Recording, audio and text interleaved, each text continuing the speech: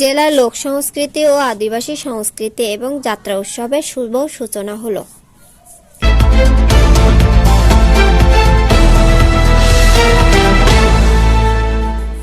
আজ 30শে নভেম্বর শনিবার পূর্ব মেদিনীপুর জেলায় শুরু হলো জেলার লোক সংস্কৃতি এবং আদিবাসী সংস্কৃতি ও যাত্রা উৎসব। পাঁশকুড়া পৌরসভায় নারায়ণদিঘি বীর পূজারী সংঘ ময়দানে।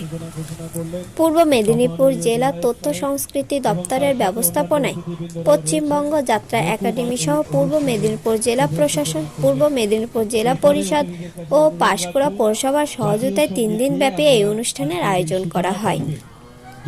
ঢাক, বাদ্য, আদিবাসী নৃত্য, বেনি পুতুল, পুতুল নাচ, বহুরূপী বাউল সহ বিভিন্ন জেলার নানা প্রান্তরের বিভিন্ন শিল্পীদের মাধ্যমে বর্ণাঢ্য শোভাযাত্রার মধ্য দিয়ে শুরু হয় এই সুন্দর উৎসব। উদ্বোধনী অনুষ্ঠানে উপস্থিত ছিলেন প্রাক্তন মন্ত্রী তথা বর্তমান বিধায়ক ডক্টর সৌমেন কুমার মহাপাত্র, অতিরিক্ত জেলা প্রশাসক সৌভিক চট্টোপাধ্যায়, পাঁশকুড়া 1 সমষ্টি উন্নয়ন আধিকারিক অমিত কুমার মণ্ডল, নন্দকুমার মিশ্র, অর্পণা ভট্টাচার্য, অভয়া দাস, মামনি জানা, পম্পা সাঁতরা রাউত, অতীশ ব্যানার্জি, শহীদুল ইসলাম সহ অন্যান্য অতিথিরা।